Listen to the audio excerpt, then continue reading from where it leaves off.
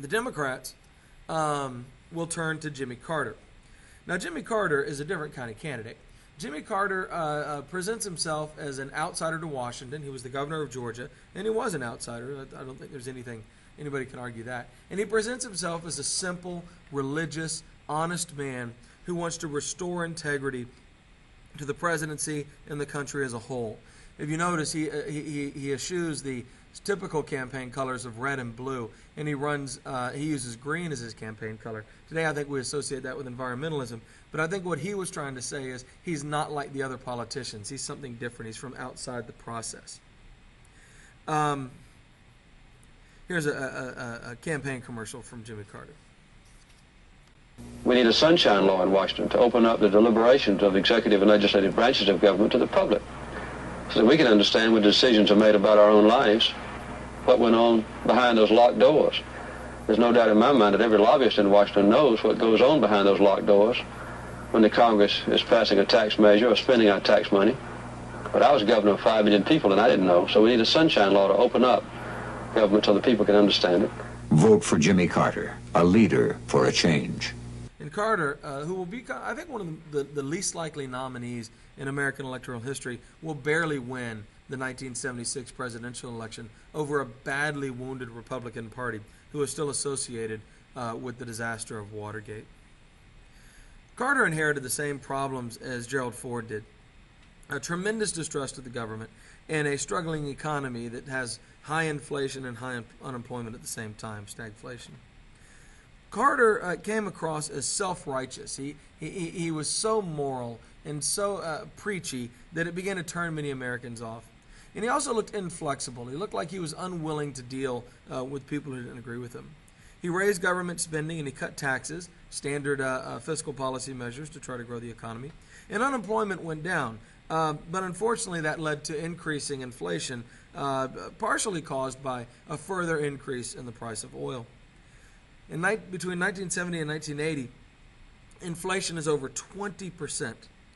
And in the summer of 1979, further unrest in the Middle East raises oil prices even higher. Carter's going to go on TV, and he's going to give a speech that today is remembered as the malaise speech, even though he never gives that word.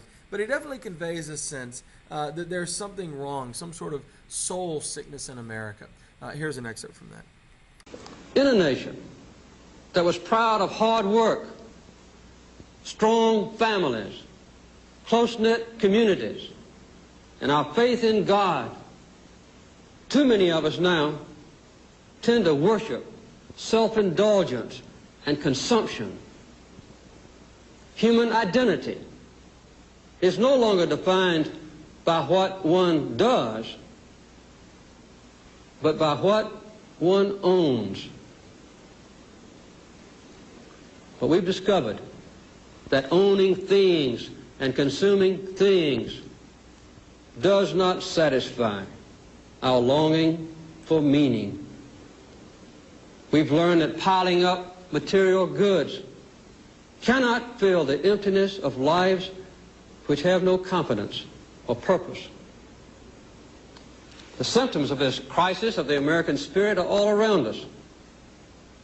For the first time in the history of our country, a majority of our people believe that the next 5 years will be worse than the past 5 years. Carter's popularity will actually drop dramatically after this speech, as he's seen of a bit of a downer, not having confidence in America. Carter had run on claiming that he would have a foreign policy based on human rights and not American attempts at hegemony or attempts to control the world. He denounces the Soviet Union not for a lot of the standard Cold War reasons, but because he claims that they're an enemy of human rights. He finalizes a treaty to turn over the Panama Canal back to Panama, which had been the original arrangement that we had made way back in the Teddy Roosevelt administration. And in November of 1977, he gets the leader of Egypt and the leader of Israel, Anwar Sadat and Menachem Begin, to meet for peace talks at Camp David here in America.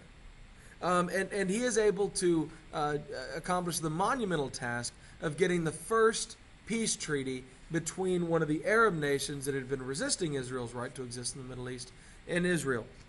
And this peace is held up through today. He restores diplomatic relations with China, and he finalizes the SALT II talks, the strategic arms limitations talks, that had begun under Ford with Brezhnev. There is a conservative backlash as Carter is frequently attacked by conservatives for negotiating with our enemies.